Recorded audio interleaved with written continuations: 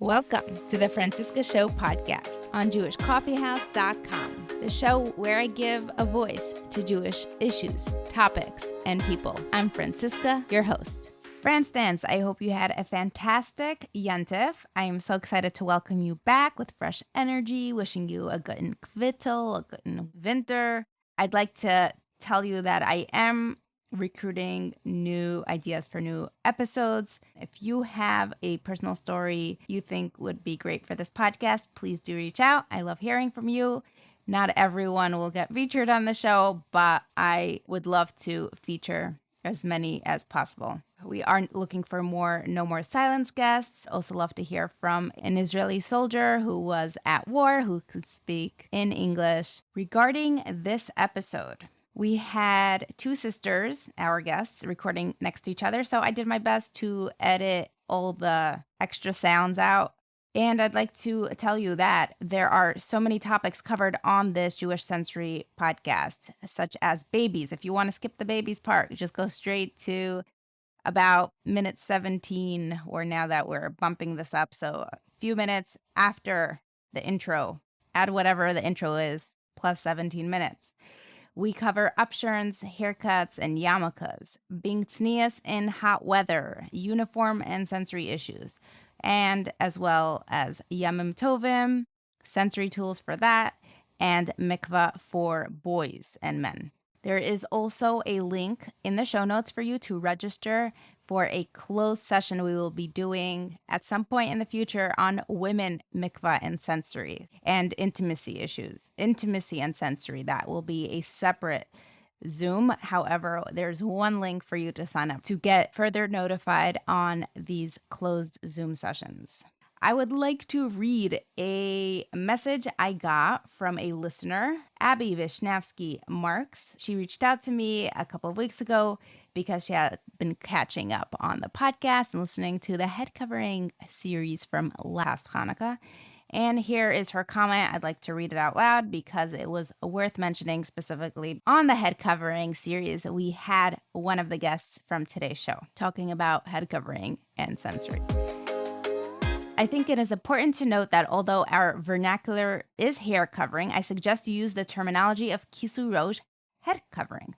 The source for kisui rosh is in Ketuvos. Hair covering has an entirely separate source in a sugya and brachos that discusses what a man may see or hear while reciting Kriya Shema. Neither of these sugyos cites the other. Many fulfill kisui rosh but don't cover their hair, the reason being that those individuals hold that the sugya and brachos is relative according to societal norms. See the Ramah. Aspects of kisui rosh are relative to the community, dat Yehudi. See the Rambam. But there is a basic level of head covering required for all, dat Moshe. It is clear from that sugya, however, that dat Moshe level of head covering, hair may be exposed and with no specified portion of head that must be covered. For limud zchut, for those that do not cover, see Rabbi Roizy's article, linked in the show notes. I think you should make an adjustment with your terminology regarding hair covering. Head covering is a significantly more inclusive term to include more individuals in your audience, as well as fitting into the halachic vernacular of the commentators on the subject. I appreciate messages like these. Although I am not going to go back and redo the episodes we did for last Hanukkah, I would like to publicly recognize that these messages are so appreciated. And just to give you a background, no excuses, just explanation. I was releasing 3 episodes in 1 week, the week of Hanukkah. No thought went into it besides for making sure it is abundantly clear what we are discussing. And that is not a great reason to title an episode. I am a podcast success coach, so make sure to reach out if you or any of your friends need some podcasting help. We are a part of Jewish Coffee House Network, so check out the backlog of this podcast as well as the new episodes and backlogs of the awesome podcasts of JewishCoffeehouse.com. Make sure to join the WhatsApp group. The temporary link is in the show notes. And let me know how you enjoy this episode. Let's get started. Welcome to the Franciska Show. I'm so excited to have Amy and Evelyn Guttmann, the Guttmann sisters. The reason I got in touch with Amy in the first place and hands-on approaches, and now for the first time I get to meet Evelyn, the sister, is I was in Manhattan Beach by my sister-in-law for Shabbos. I was talking about this hair covering series that I was working on that came out last Hanukkah. It was a 3-part series. Definitely go check it out. And I wanted to have someone, a professional, to talk about the legitimate issues that women have with hair covering and just to validate that there's something more than just beyond, I don't cover my hair because it's just uncomfortable or gives me headaches, and give it some validation and some professional or medical background to how this works. So as we were doing this fantastic episode that you should definitely go back and check out, we discovered there are so many other sensory issues that come up when it comes to being an Orthodox observant Jew. You just go through the Jewish calendar or through the life cycle of a person, and there's so many things that come up. So we decided to do this. It took only almost a year to get this on the calendar. And then we want to do a third part to this hands-on approaches and Franciska show collaboration, where we'll go into one of our favorite topics, which is intimacy and the sensory issues that come up with intimacy and the relationship between a husband and a wife. So today we are focusing on Jewish sensory. Welcome to the show, Amy and Evelyn Guttmann. Please introduce yourselves briefly. I know you host your own podcast, so feel free to add that in. The mic's yours. First of all, thank you so much for having us again. It's great to be here together. And we want to just give you some feedback on that podcast about the hair covering. It was phenomenal. We were sharing it with our community. They were so appreciative of the other parts as well. So definitely check that out. And you may change, Franciska. So we get emails now. I should definitely forward them to you, where people are saying how they use those techniques and it's really helping them. So the work that you're doing through your show is changing lives. I just want to give you that update and thank you. For me, myself, this has also, that episode transformed how I feel about hair covering physically. I'm able to tolerate a lot more hours in a row of shadels and fulls. So thank you for that. I really appreciate it. That's amazing. That's amazing. So just to give you a little background, go ahead. Hi, I'm Evelyn, and I am partners with my sister, Amy, and we have a company, Hands-On OT Rehab, where we provide services for children and consult with adults who have developmental delays, anxiety, sensory issues. We also have a company, Hands-On Approaches, where we work on educating professionals on how to get more education and work with their own clients. And sometimes many of the professionals are also parents themselves, so we're able to help them guide and help their families as well. And then we're very, very excited about our nonprofit, which is the Hope Foundation, which is Hands-On Parent Empowerment, where we're looking to prevent anxiety and social emotional delays in children, because there are so many things that you can do to help prevent certain things early on from becoming an issue. So we're very active folks. We're therapists, we're consultants for organizations. And the reason why we are doing podcasts and out there in the world on social media is to provide education and awareness. So we do have our own podcast. It's called Quiet the Noise. We also have a membership program for parents and for educators, as well as weekly talks that we do for the community every single week. We are very proud we've not skipped 1 week through all that we've been through in order to answer questions live. So by doing this podcast, we're grateful for the opportunity to be able to share some more information. So let's get into it. Okay, so when I said give us some more information about who you are, I meant a little bit more personal information. What on this podcast we hear from so many different types of Jews, and it's nice to know what type of Jew are you. Give us a little bit of your religious background, perhaps. If there was a journey, feel free to add that in, just to give us context. So, Amy, would you like to go first? So I will definitely start. I always suffered with integration issues as a young child. I'm kind of a very bright, a smart person. I didn't have any kind of academic issues or any kind of emotional issues. I grew up in a family that is very loving and supportive. My parents are from Europe. They always were able to compensate for my needs. My sister is my witness that everything bothered me, from the chicken touching the rice to me having to go out in the rain or having a water park experience. Everything frightened me and I was overwhelmed. but I was very smart and I was able to compensate and not show the world how much the struggle actually was. But it got to a point where I realized when I was in high school that as much compensations as my mother and father were giving me and providing me, and as much support as my sister was giving me in the family and the outside world, if I were to get married, I would be struggling. And internally, I was suffering inside. I felt things very, very intensely and emotionally. And in my research, I realized that I didn't have really a psychological issue, it's more a physiological issue. And I went to study occupational therapy school.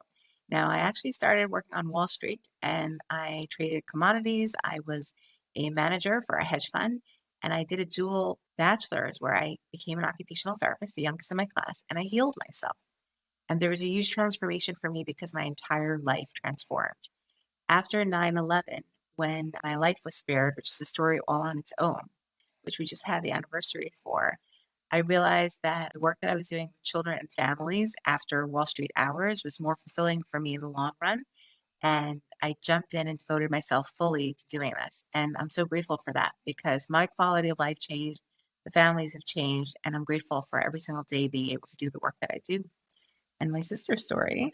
I did not have sensory issues when I was growing up, but I did live with someone who had sensory issues. And I know what it means for a family to have to adjust. I probably didn't realize it so much when I was younger, but looking back, I see the accommodations my parents made just to make sure that everything was the way it needed to be. And I think that's something that a lot of people now, we talk a little bit more openly about it, but I don't think at that time it was something that was out there. So I remember situations where we would go to a store and we would have to try clothing on and it would be really uncomfortable for my sister, and how we didn't do certain things because it would be uncomfortable. So for me, I think it's always been in my mind. And I also have a background in finance. I'm an accountant and I was going for the CPA. And then I realized I was not being fulfilled and I'm not happy. So I went back and I went into OT school. And for me, OT was very eye opening. I started out with adults, and I've always been fascinated by the plasticity of the brain, about how we can change not just who we are, our emotions, and the way we do things, but the way that we operate, the way we see things, the way we move, the way everything just gets translated into everyday life. And then I started working with kids, and they fascinated me even more because there's something about kids that they just want to do everything that they can, and there's no stopping them, whatever issues they may have. So I was grateful to be able to go into what I'm doing right now. And I worked in like schools and early intervention centers, and I worked like for years with babies and watched development. And together we decided to pursue doing a different type of work than traditional OT, to really try to get to the source of a problem. And I'm so grateful that we're having this conversation today, because I think culturally, when we talk about, you know, like being religious and being Jewish, there's so many things that as children and adults we do from a very young age, because it's something that's part of our culture, and it can really cause a lot of issues sensory wise from a very young age. And we just do it because we have to do it. And sometimes we make the accommodations, but there are certain simple things or things we don't even realize are issues, and we may not address them. That there's so much we can do to help children and adults as they get older with these issues. And I love the point that you mentioned about the religious component, because when we do the mitzvos and Right. we're worried, oh, will my child have an issue? He's not wearing the yarmulke, modesty is an issue, all these different components. Parents and teachers and rabbis sometimes jump to the idea that it's behavior or it's something that we have to worry about their spirituality, but in reality, it's their physiology. And if we don't have this awareness and education out there, then we can create more anxieties for ourselves as the adults in these children's lives. And sometimes the way we treat and behave towards these children can actually create issues with maintaining religious standards, whatever they might be in your circle. And that's a pity, because being Jewish is about feeling it inside of ourselves and having a good feeling about it.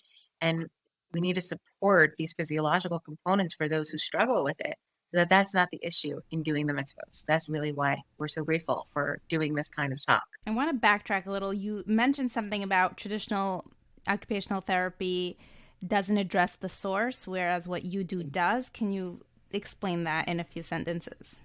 So sometimes when we talk about traditional OT, or the way that we used to do it, we would go in somewhere, we would see what the symptom is, how is the child presenting, and we would try to give them accommodations or modifications to make things easier. Like handwriting issues, let's Right. say.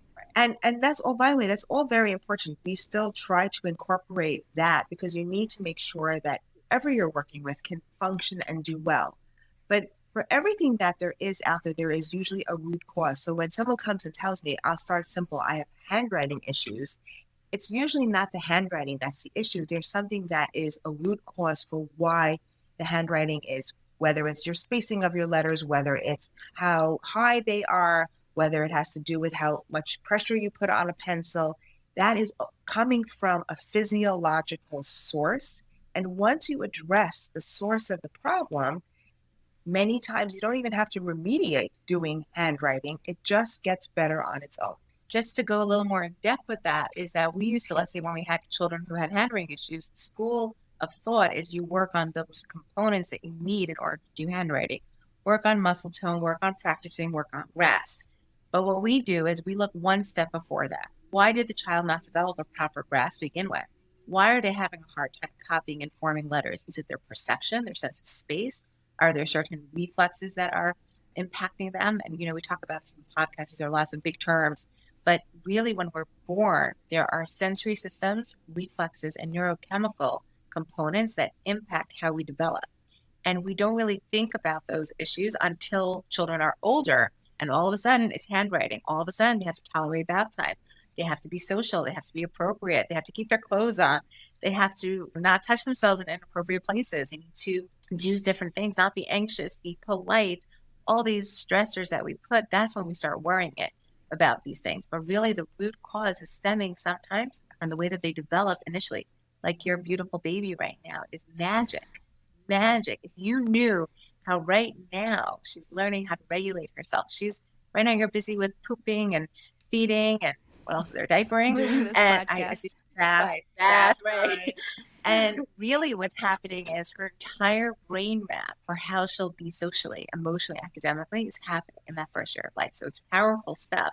So when we learned this, it changed the way we looked at treating individuals and getting to the root cause. And I think that another thing just to mention is a lot of the things that we deal with that are issues, when you really dig deep, you're seeing that there are a lot of quality of life issues that are associated to things. So the handwriting may not be good, but if you look closely at that child, they may be struggling with root issues that affect the quality of their life. So it's great to have a great handwriting, but we really need to address those issues a little bit more directly, because that's the long-lasting effects that we want for them later on when they have to have a family, a relationship, have a job, and function to the best of their ability. Give me an example of what I could be doing now to ensure that socially, and what are some basic things for anyone who has a newborn right now? And you could, to begin with, do things right. So we only have a couple of moments with you. We have a full course on this as part of our nonprofit and part of our organization as well. It's called Baby on Track, and we're going to be releasing it again. And we can tell you a couple of things quickly that you might be thinking to do, and we're going to make sure you don't do it. The most important point is when you're a new mother, or maybe even a second time, you looked at the CDC milestones and they're supposed to be walking and talking and babbling and all that. What we look is, how are they moving? How are they getting around? A lot of parents don't realize that the world that we live in creates many, many environmental components that will actually detract from typical development for emotional stability. What do I mean? Screens, that's number one. That's right. We have a screen time article that has over 5 million views. It's been a research basis. It was written in 2017. It's still getting traction. Please check it out. I'll give you a link for the podcast so that people can view it. Until the age of 2, there should be no screen time for children. If you were ever in my home and I have a new baby, until the age of 2, they do not get a phone. They don't look at pictures. They don't look at iPads, nothing. In fact, my son, when he was, we're going to get to our topic. Okay, when we were celebrating my 2-year-old's birthday, my son goes to me.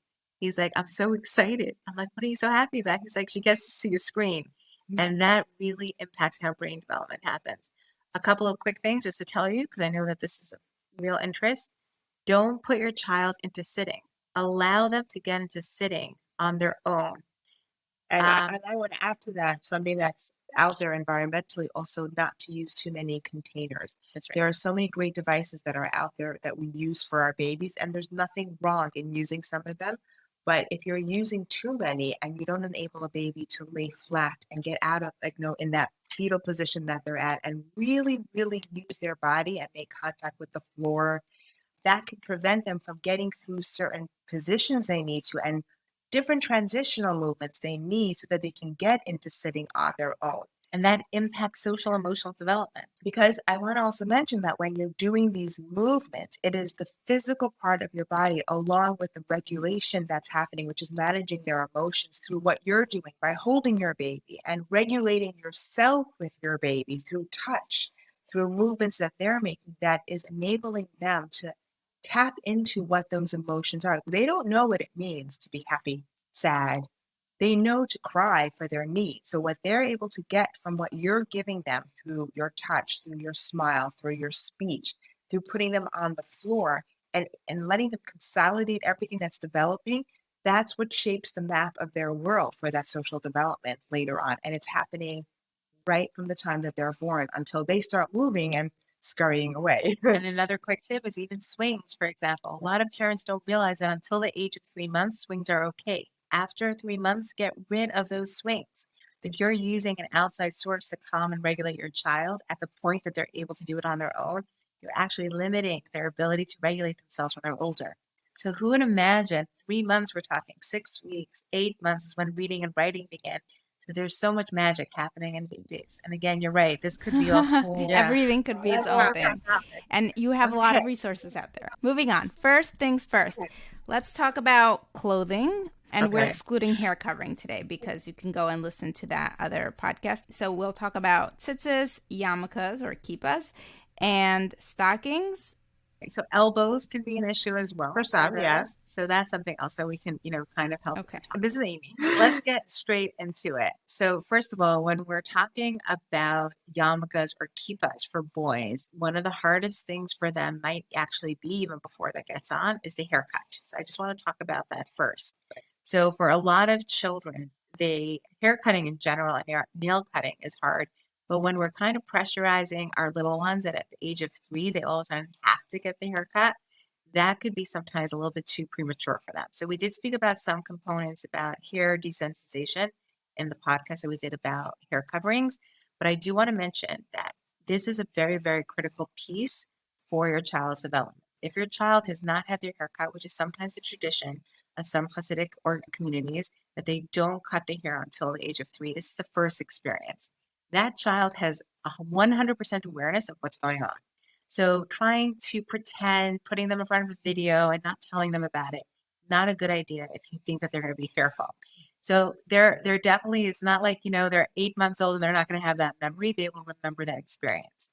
Our suggestion is for those who have pressure to get their children have their haircuts for the party, the upshur at the time that they're 3, is to try and make arrangements with a barber before the actual party, do majority of the cutting then, or maybe just do 1 or 2 snips at the party and then have a barber take the child to a barber who's sensitive to the needs of a child during the party and then coming back. And the emotional trauma that can be happening is something that we have had children respond to and share with us in therapy when they were 9, 11, 14. So this is not something that children are not picking up on the cues. It's definitely something that they are picking up on. Don't avoid it. Is this for everybody?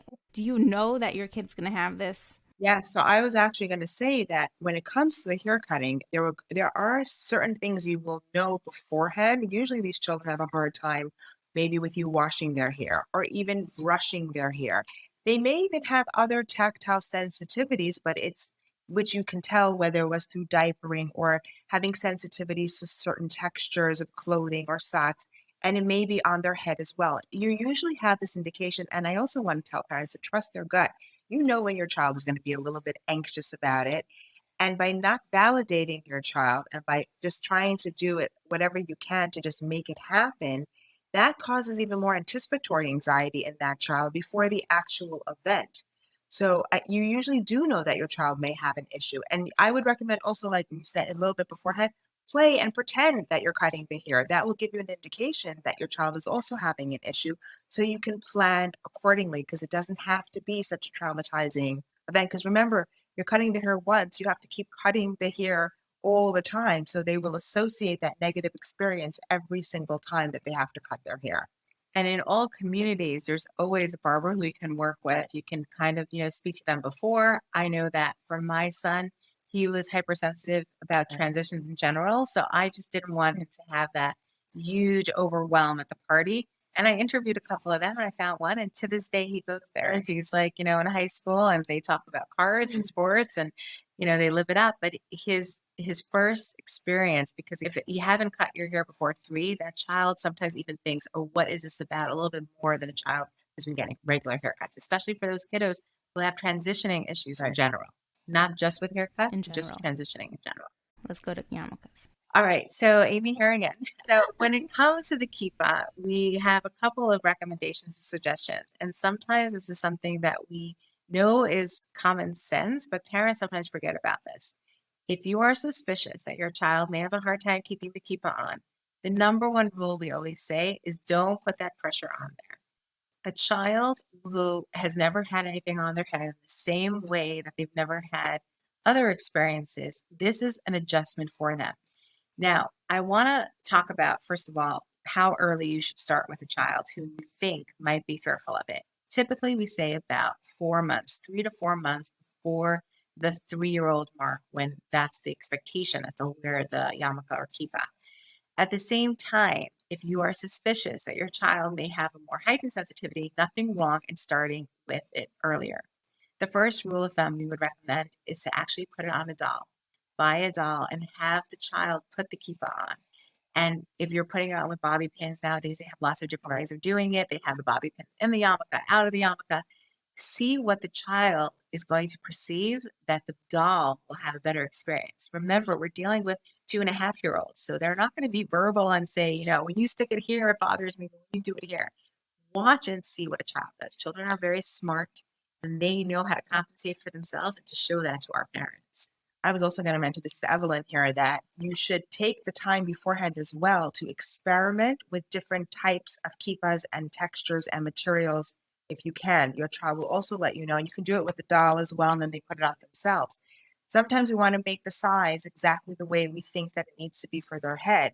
But if your child is more comfortable with a little bit of a bigger one and they're able to put a clip to keep it on, or they want a little bit of a smaller one, if you can make that accommodation just to get the adjustment there, those are other factors that can make a huge difference for when they actually have to put the kippah on.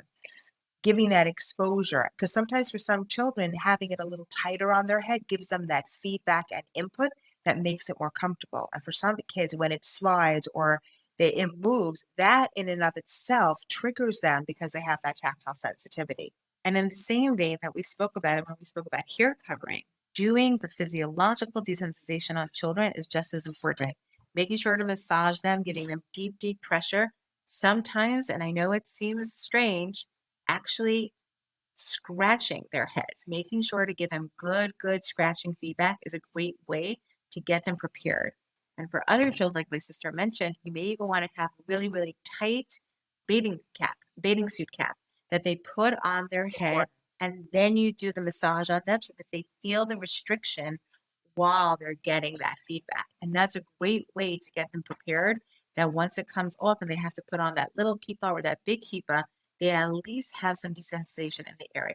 I wanted to just mention, just in general, when we're talking about the sense of touch and tolerating touch, we talk about different textures and we talk about discriminating between different things. But before that happens developmentally, you need to be able to tolerate touch itself. That's the first thing. And in fact, if you look at a baby has more of that withdrawal response first. They like deep touch, but they're very sensitive to touch. So a lot of our young kids who are 2.5, 3, they're still at that point. So we have to be very mindful that it's the touch. It's not sometimes just the yarmulke. It could be any touch that's going to be sensitive for them. So the more we know about how they respond to touch, the better we can apply any of these solutions that we're giving you to make that cater to that specific child. And one of the biggest and best ways to do that is to do overall body compressions, or give them like a good roll on the floor with their full body So that way they're not isolating only their head, only whatever it is that they're bothered by, which, if we're talking about other parts of the body that we'll be talking about later on in this episode. So using a whole body experience to give that physical contact can help make that touch sensitivity a little bit less. Let's go to tzitzis. So tzitzis is something that can also be, it's another layer that they have to wear. And because of the fringes at the end of the tzitzis, it can really be very, very stimulating for someone who is hypersensitive to touch. Anytime, first you have the putting it on, and then anytime that they move, especially if they're a child who doesn't like to have their shirt tucked in, which many of kids don't like, every time they move, they feel it. And depending on what body part it's going to be touching, it could be very, very triggering for them. So a good suggestion to do is also to try to desensitize their body if they need that before they put it on, and giving them the control, by the way, of putting it on themselves. And perhaps even making sure that if they're going to put a pair of pants or something on top of it, giving them that pressure to make sure that it's not moving and stabilizing it somehow can do wonders for not having that sensation as they're putting it on. And one of the things to consider is tzitzis can go both ways. It could be that they need extra, extra soft, and it could be that they actually need the extra tight, starchy ones that they want to feel that's on there. So parents who run and say, "Oh, I'm going to get him the softest tzitzis as possible," if you're not getting a good experience, try and get an actually firm one. Sometimes having that feeling of where the ends are, where the fringes will begin, will actually help them as well. And I do want to talk about the connection of potty training with regard to tzitzis wearing. I think that's a critical piece, especially in the community, because in some communities, there's a big pressure that by 3, they should be completely potty trained or not. They even connect it sometimes, parents. You need to be potty trained in order to put your tzitzis on. And they make that connection. There's a lot of pressure, particularly for kids who have sensory issues. So I want to talk about this in twofold. First of all, what the parents can think about, and also what they can do for their child. As we know, when we're dealing with potty training, pressure is the worst thing. Nobody wants to be pressured in general in life, how much more so when we're dealing with such a sensitive area. And the thing to remember is at this age of 3, if there's going to be a party or you're going to go to a school and they're going to learn the olive bays or whatever it might be, it's okay to put on the tzitzis and they're not potty trained. And I want this message to be screamed loud, like everywhere, because so many questions come into our weekly talk about this question in itself. I have a big party. My child's turning 3. They're not potty trained. I can't put the tzitzis on. You can put on the tzitzis on for a day, even if they're take the diaper off if you feel like it's not appropriate for them to say the blessing. They'll be okay. If it's an hour in school, 2 hours in school, it'll be all right. And I want this message to be out there because there's so many emotional contexts that are connected to when we train our children for urination and defecation. There are so many components. It's not worth that pressure and the long-lasting effects. Now, when it does come to training children, if you're having a real issue, recognize sometimes that the same way we talk about giving input to our other parts of our organs, sometimes these children need input in those areas. And that could mean that they just need to get feedback. And what's interesting is for boys who have this mitzvah, many parents don't know that urination can be a very hypersensitive situation for them. Think about it. Their whole life, they've been going to the bathroom in a diaper where they're having something against their body parts. And when you're trying to have them to go on their own, there's air that's coming there. There's a complete lack of proprioception while they're going to the bathroom. So not to, make light of this, but sometimes we recommend that parents should desensitize their children by allowing them to use a towel to actually urinate. And once they're starting to urinate on their own through the towel, slowly remove the towel or get a thinner towel And then use a pull up and then exactly. I also want to just mention one more thing. Besides that, some children also have heightened lack of sensitivity in terms of when they need to go to the bathroom because they're dealing with other sensory issues. So if you're really, really sensitive to touch and you're not picking up on the signals that are coming from your internal body, like when I need to go to the bathroom, particularly kids who are more anxious and have transitioning issues. And we make that time 3 of putting on tzitzis and toilet training such a strong developmental milestone, which it is. But for some kids, that can be terrifying. So even if they have the awareness, it's stunted a little bit. They're not able to pick up on the cues So it puts a lot of anxiety on them where it shouldn't be. Maybe just doing it separately, or as Amy said, putting on the tzitzis and worrying about the toilet training later because they may not be ready physiologically to do that consistently. And I think for some kids, it's even worse to get it done, but they're really not fully toilet trained. And then they have regressions because it was too much and too much pressure. So you're dealing with the emotional impact of that as well for these children. And how much more so from the parents, the rebbes, and the teachers. They're feeding off that anxiety from you. You're nervous about getting your child into daycare or getting that, that they should have that cute little choo-choo train for the 3-hour party. They know this. You don't have to tell it to them. They know it. You're all calm. And you're like, it's okay, sweetie. It's okay. But meanwhile, you're feeling that way. They're sensing that. They're in a heightened sense. In general, these children are sponges. They pick up on everything.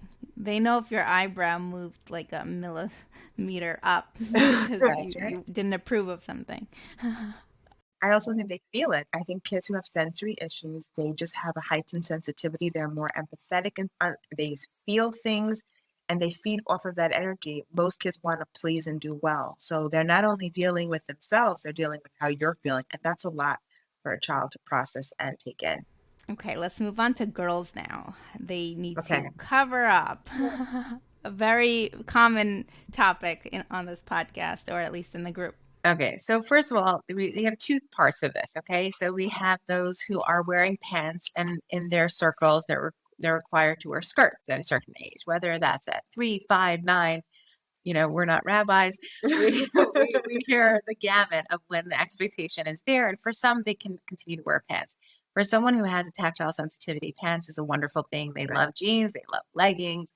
That's what they want to live in. Growing up, I had clothing. My sister can attest to it, that I would come home from school in my stiff uniform pleated skirt and my shirt, and I would strip down and put on my fuzzy, yummy robe or my pajama pants, and I was a happy pea. And before I knew how to do this for myself, my mother, again, she's an amazing woman. I'm taking a breath because I'm thinking about what she used to do. If I got a new skirt, she would go and launder it for many, many times. She would take it to the dry cleaner so it would get nice and soft and I could tolerate it. She would take those t-shirts and those blouses and put them in the washing machine for a very long time so I can get comfortable with that. And when we talk about our little kids or even our older kids who sometimes have been denied allowing themselves to express their discomfort, right? We know those parents who they're in charge of the clothing and then finally the child's 7 or 8 and they're fighting with their mother. I don't want to wear this skirt. I don't want to wear this. I want to wear leggings with socks. And the schools are sending home letters. You're not allowed to wear leggings. You have to wear tights. Or the issue of a child who their knees have to be covered. So imagine you're sensitive, you're wearing knee socks. So you have that point where it comes up to your knee and then your skirt is coming up to the point where it's about touching. So you not only have the bottom part of your leg that's bothering you, every time you move, your skirt is touching your skin.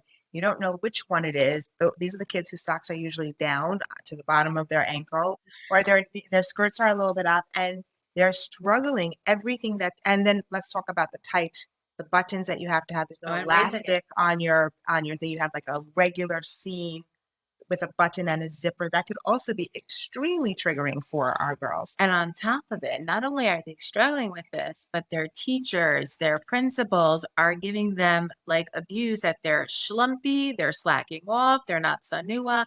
So now they have this emotional context that's coming and connected to their modesty issues. Right. So I want to just put it out there that we've heard it, we've seen it all. I'm sure there are folks out there who are adults that are connecting to this, especially if you've grown and your children are going to more religious schools than what you grew up and you have to change your standards. I know that was a case for me as well. And the open toe shoes were gone and I had to start wearing longer stockings and things like that.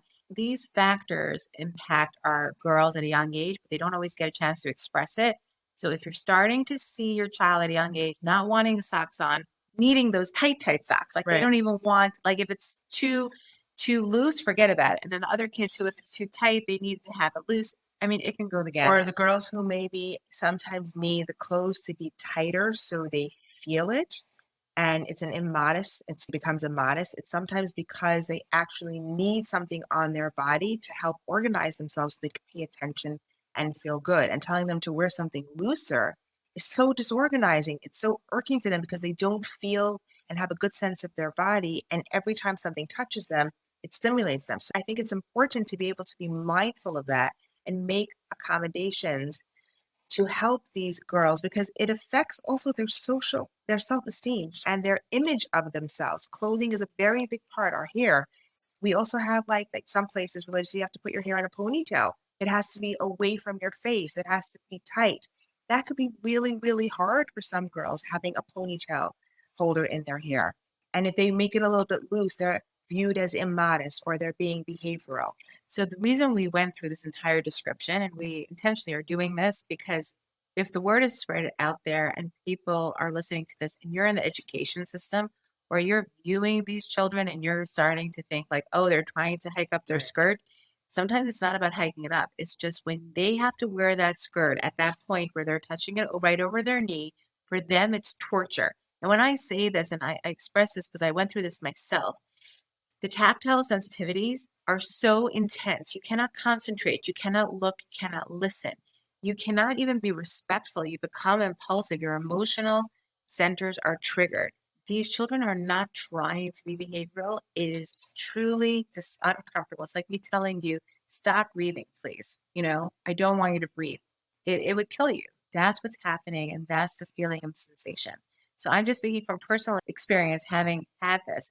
And I just want to put it out there that if you are in the educational system and you're in a community and you're seeing a parent struggling this with their child, judgments are the farthest thing that should be in your mind. You have to understand that with these children, could be so many other factors at play. And I think it's important to validate what they're feeling.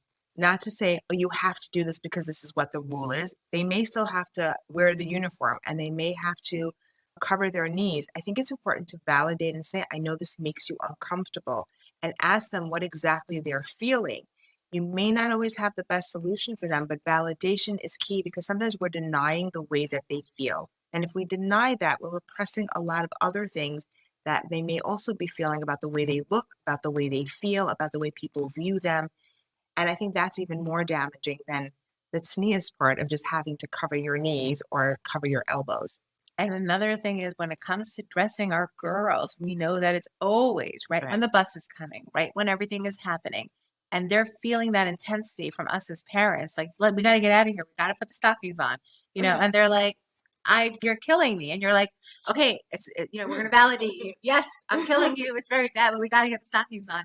That's too much. What do you think they walk to school with? They don't walk with a good feeling. Then they have the stockings on and they're still uncomfortable and they come home and they rip those clothing off. So we have to think about that emotional context of what's happening in the whole experience of religion, of modesty and what it means. Because modesty is something that really is an internal factor. And again, maybe I'm going a little bit beyond what we want to talk about today. But when we talk about modesty, if you want to have like that positive feeling, and I know when I speak to my daughters, it's not about the rules. It's about that internal feeling. But when the rules are connecting in a way to our children that is impacting their physiology, they can connect that positive side of what it means to be that princess of Hashem.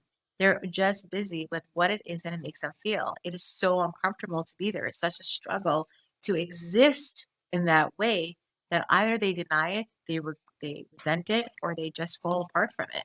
And that's what we're going to do now is give some tips on how we can help. I assume that's where you'd like us to speak.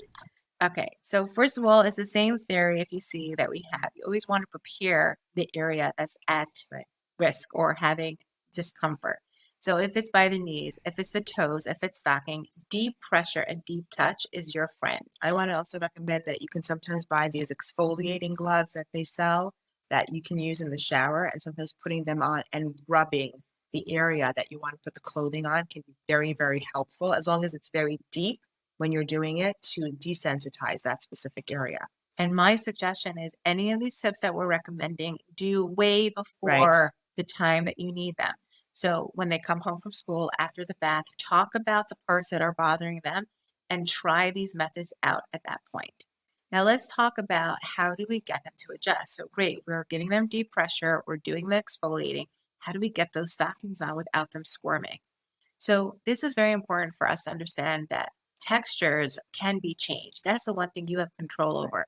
In the same way my mother would wash my skirts and my t-shirts, if the issue is the actual texture, wash those stockings a couple of times.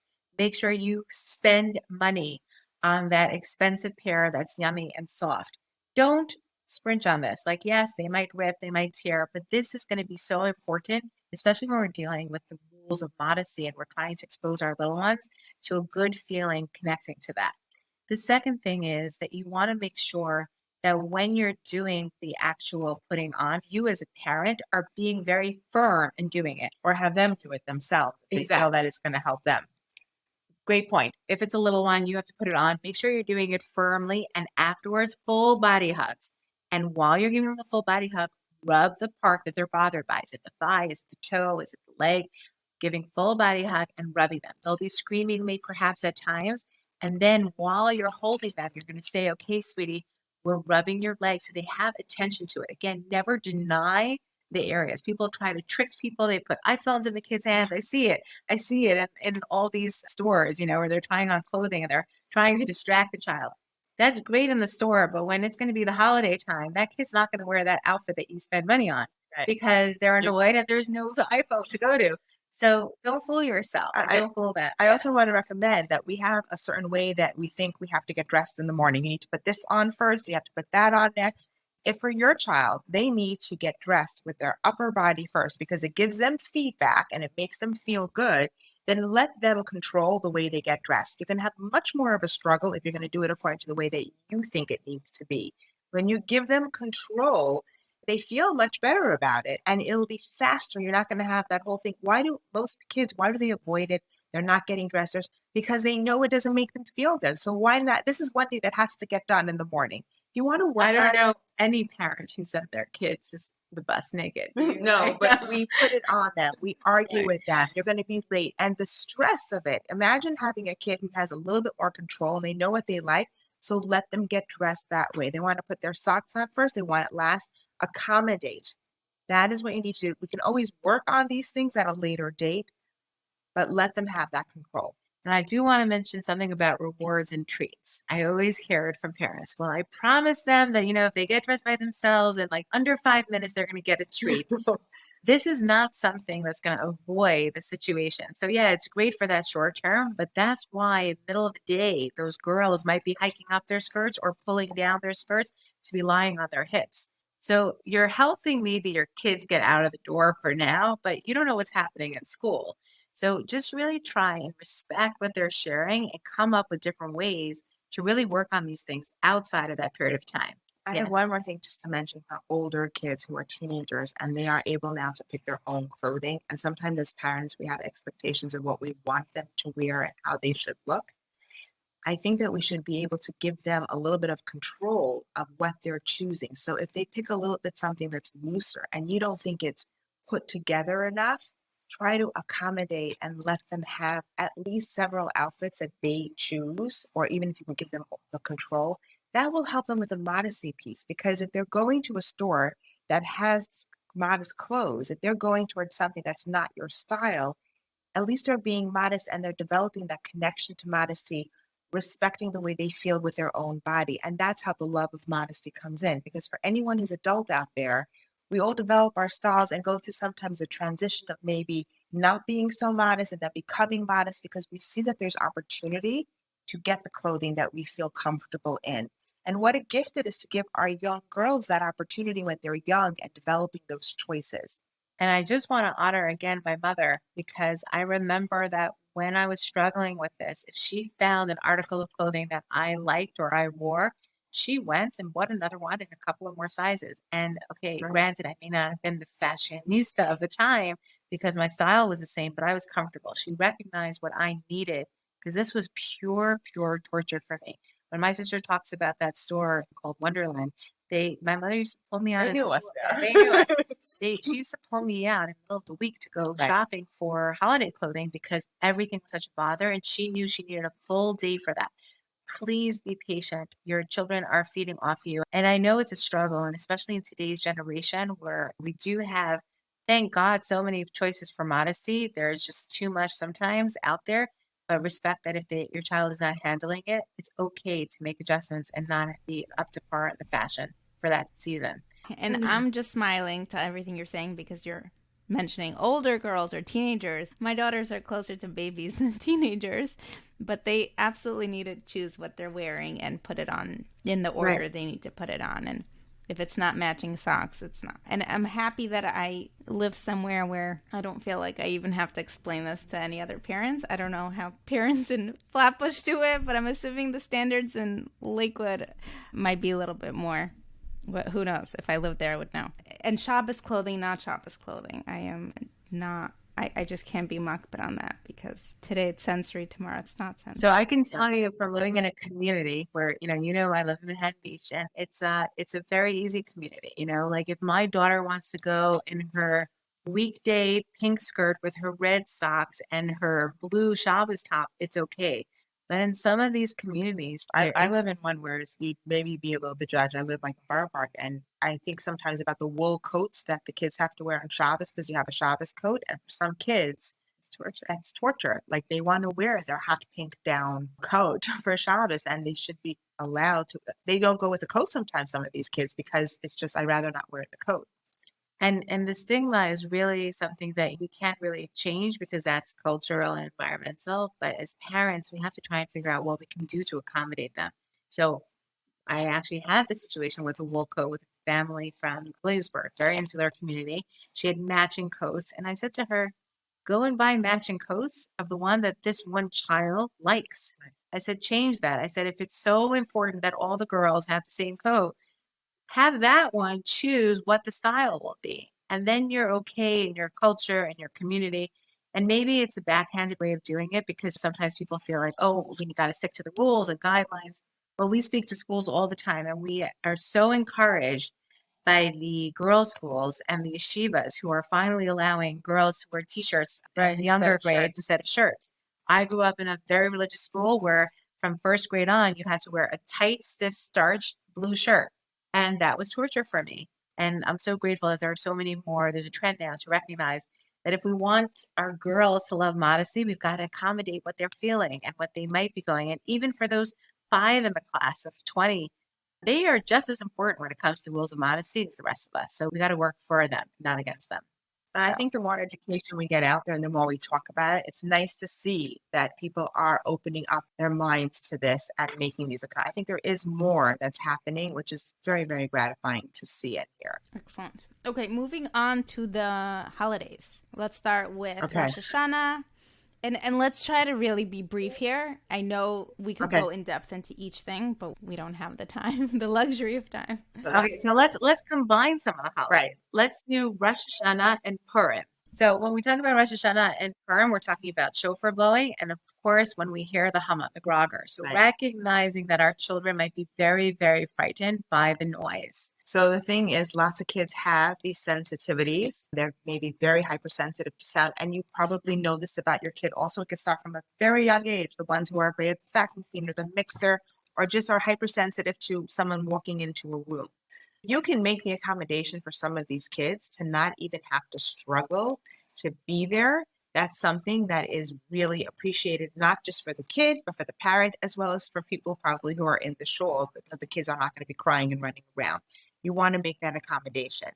You can also make the accommodation of giving them something where they are away from where the shofar is, or maybe putting something to protect their ears so that they're not having to listen to those sounds which are triggering for them. Remember, sound can have a very strong emotional reaction. Most kids will cry, become behavioral, start running around, and it's not because of them being behavioral. They need to do something to minimize and counterbalance the sounds that they're hearing. And usually another sensory system, another part of their body takes over to make them feel comfortable. It is the one system that goes directly to our brain. There's no translation.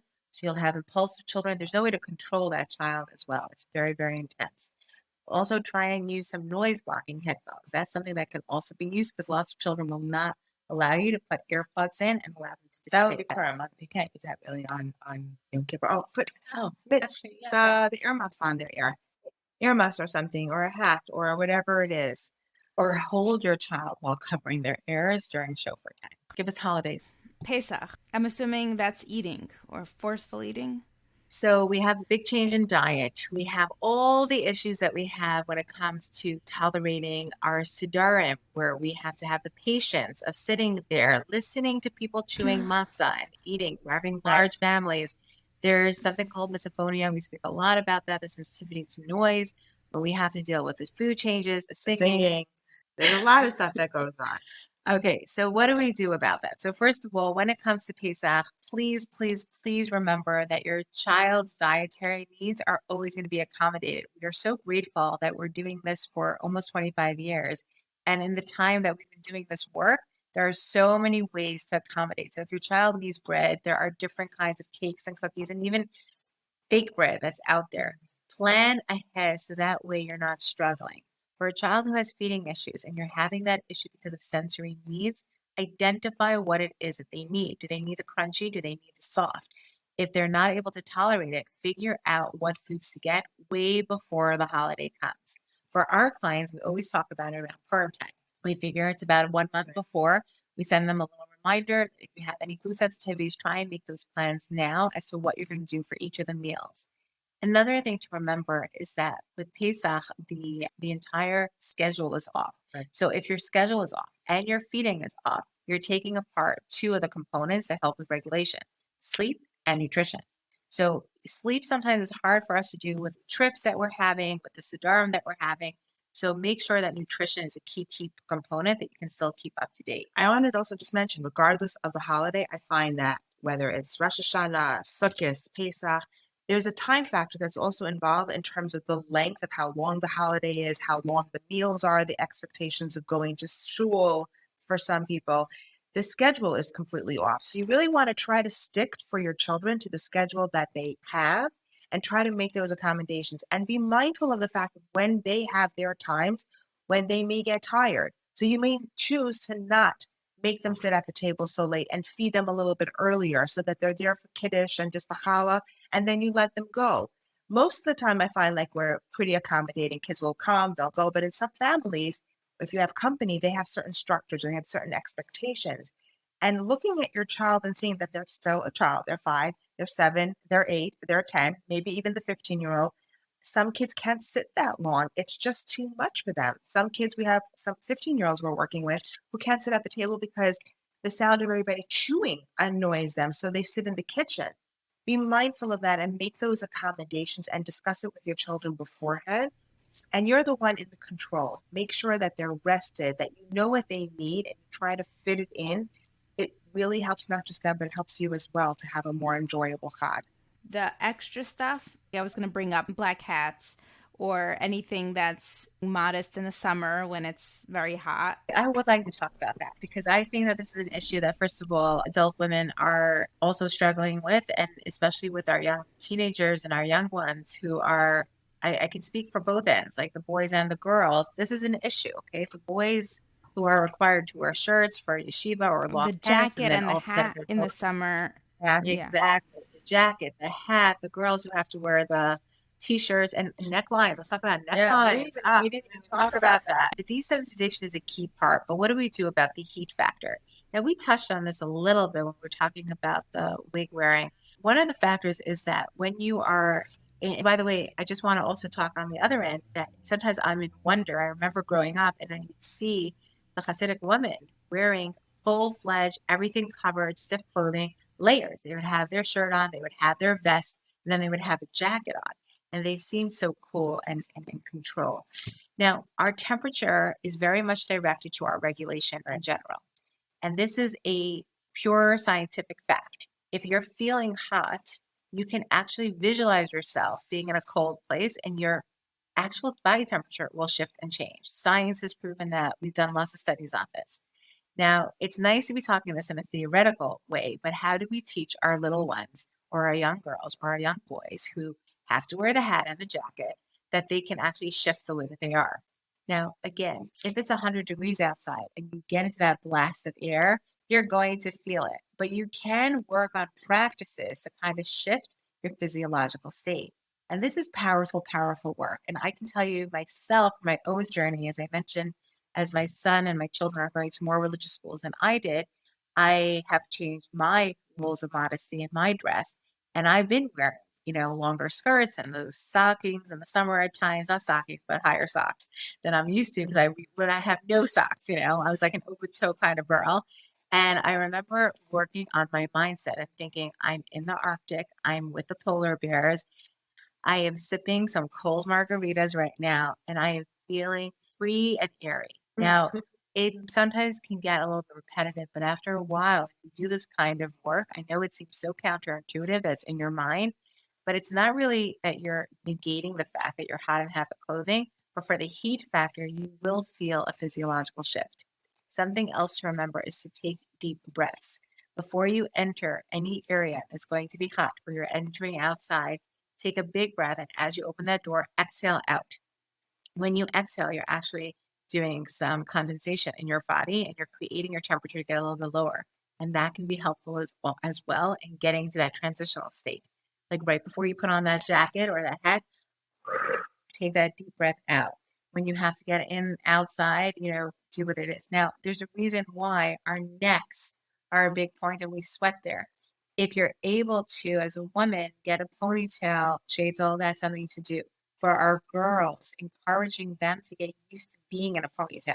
Sometimes ponytails are such a double-edged sword because some kids hate having their hair in a pony, but they can't stand being in the heat. So teaching them the power of where our temperature conduction comes through, which is through our wrists, through our necks, and sometimes for some of us, our foreheads and our palms. So just teaching how, keeping something cold in our hands is something that can help. Or even being hydrated and making sure that we drink the things that keep our body in homeostasis and keep our temperature more regulated, which is drinking and eating well. That can also help. And for a lot of kids, they forget to do that, or even adults. So being mindful of that, maybe drinking as you're getting dressed, making sure that you have that when you go out, or you take a water bottle if you can with you, is also going to help them during this time. And remember the loop. If you're uncomfortable and you're hot and you're uncomfortable, you're just going to get hotter. It's not like it's going to go away and negate itself. So this really does begin with the mind, where we're kind of thinking, okay, I am in heat, don't deny it. I am hot, I am uncomfortable. I'm going to shift the way that I'm feeling by visualizing myself in a certain place. And the visualization also changes your perspective. It's the way that you sometimes are able to get to that mindset and think about what it is that you're wearing or how you're feeling. You're able to create those shifts, your body, either through your body, what we were talking about, or even in your mind, you somehow find a place to be where you're more comfortable having to wear the clothing that you are in the summertime. And in general, by the way, temperature sensitivities are something that we should respect in our children. Like if we have a child who doesn't want to put on their coat in the wintertime because they're hot, don't think that you know better. Maybe they are hot. Right. You know what I mean? Like some children who are in the sensory loop all the time really are warm. And when you tell them, oh, but it's 32 degrees outside, well, you know what? For that child, they might be feeling like it's 54 degrees. So let's respect we have that. kids that we work with and they're not wearing a coat, and like when the parent sees them take a coat finally, like, oh my gosh, they wore a coat, they put a jacket on. That means their temperature got regulated. It's a huge thing because we all feel things very, very differently. Yeah, like it's so interesting you mentioned that because parents sometimes say, oh, I'm so concerned he doesn't wear a coat. And we're like, I know you think it's an issue of catching a cold. We're more concerned about why doesn't he know that it's 32 degrees outside? Right. That's the thing. And we have to think about that perspective instead of forcing ourselves to put on their coats or doing what they're doing. And that child who doesn't know about the codes, when it's hot, they are extremely hot. So if it's 90 degrees outside, for them, it's 110. Right. So let's try and acknowledge that and be respectful of it. One more topic that we'll address that's a great segue to our next follow-up episode, the mikvah, because I know in Hasidic communities, boys start young, and in all communities, boys and men are eventually introduced to the mikvah, as well as women eventually. So let's talk about what the issues may be and what are some tools. So first of all, I do want to address that the components for mikvah for women, I'd like to do in the closed forum that we spoke about. But we will talk about here today about for the men and the components there, because it's a little bit different with what's happening within their minds and their expectations. Let's just talk about the issues that in those who do go and who go, or from the Hasidic community or from other communities, there are two parts. Number one, there's the idea of having to go underwater, right? Having to do it publicly, and also having to do it in certain situations where they don't feel comfortable with just being in the presence of that water. And what I mean, go ahead. Besides the fact that they're dealing with water, which is a certain texture, and temperature control as well. Going into, you can control what the temperature of the water is going to be over there, how you're going to feel when you're coming in and out. So you put all those components in. People are feeling more of some, but basically those can all be factors from anyone who has to go to the mikvah. So if you're a son or if you're a father and you're taking your child to the mikvah initially, it's very important. We think that this is important on so many levels because of safety as well. They may not have awareness, first of all, some children, that they're actually going into a public area, exposing themselves. So you want to make sure that if you are taking our advice always to parents who have children who may have transitioning issues or may not be as developed in their social awareness, right, is to make sure that the fathers are going with them. We know that some of the yeshivas and camps take the boys sometimes initially. We would also recommend that if you're in that kind of culture or in that group or community, make sure that if you are sending your child to a yeshiva or to a camp, that you share with them that the day that they're doing it, you'd like to be present. You'll come up, you'll make sure that you're present just for that first experience. And that's just number one that I want to just mention. I want to say it's kind of nice when you do sometimes have certain camps that do it, or they will maybe have private times where they allow people to have certain times that the boys can go on their own. And that's something, if they're a little bit older being introduced, that is also very respectful and being mindful of boys and their privacy and what their needs are. So that's a nice thing to also try to put out there for a camp to do. And also just to mention that when you're dealing with that as a parent, you can also request that. So let's say you live very far, you're out in California, your son's in Camp New York, you can request that. And that's something that camp should be willing to accommodate, especially if you're suspicious that they're not going to be aware of how they'll feel about that. The issue with the boys particularly is that in going to the mikveh, there's a lot of dynamics that happen there. And for a child who's not cognitively or socially at the right point, this will be damaging to them in ways that may come out later on in life. So this is a critical piece. In the same way we spoke about the cutting of the hair, when it comes to going to the mikveh, it's a very emotional situation for some boys. For others, it's not an issue at all. Now, let's talk about the other piece about water and having to follow the rule of, putting your head fully under the water. So that transitional piece is, again, something that a lot of times yeshivas or the fathers don't even know that their son has an issue with that. Because they've done bath time, they've gone swimming, but they're always above their head. So some suggest... Or they don't swim, or they don't even bother going underneath this one. You don't really know it so much. So let's just talk about what's going on in that boy. First of all, the anxiety of having to do it in front of other people. And secondly, having to do it just to do it. And they're not exactly in their swimming trunks, okay? So they have the awareness, perhaps, that they are naked and they are not comfortable and they don't want to be seen.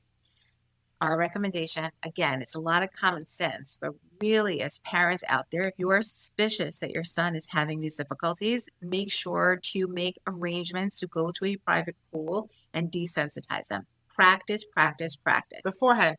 And if it's not possible and you're not able to, and that child is still freaking out or upset or nervous or not able to dunk, our suggestion is that you make sure to make arrangements with that school or that camp or that area to try and accommodate them until you get to that point. It's really, there are, by the way, professionals in our communities, and in some of the communities, there are men who will train these boys on how to go and to feel comfortable and secure. And that's something that we really encourage you spend that time, especially if it's what the norm is in that community or if it's required. That's something that's a lot of men need to do before the high holy days that are coming up, the holidays, or Shana and Yom Kippur. Some of them have to do it every single Friday. Right. It's a real pressure. It's a concern. It can affect shidduchim and marriage and all these components. So spending that time early on, addressing it, is very, very important. And we can go into a whole topic about that. As far as for the women, it's a little bit of a different situation. And we're going to talk about that in further depth, hopefully, when we do our closed talk that we spoke about. So introducing the closed talk that we're going to do, we're going to schedule a closed Zoom meeting where anyone is going to be welcome to join, right? We're not closing this off for women only, are we? So I'm not sure about that. I have to speak to you about that because when I was preparing the information about it, I actually thought that we should probably do part 1 with just women and then part 2 with both so that spouses can understand what women are going through. And we can speak about the men and their intimacy issues. So there are two parts I feel that's happening to this. So we got to go offline and discuss and that. really hash that out. But Okay. that's going to be closed so people can participate and ask questions potentially anonymously. You do not have to show your face or name.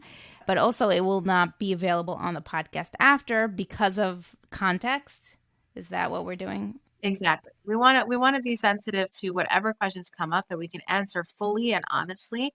And we don't want that if it's being to a particular person's situation.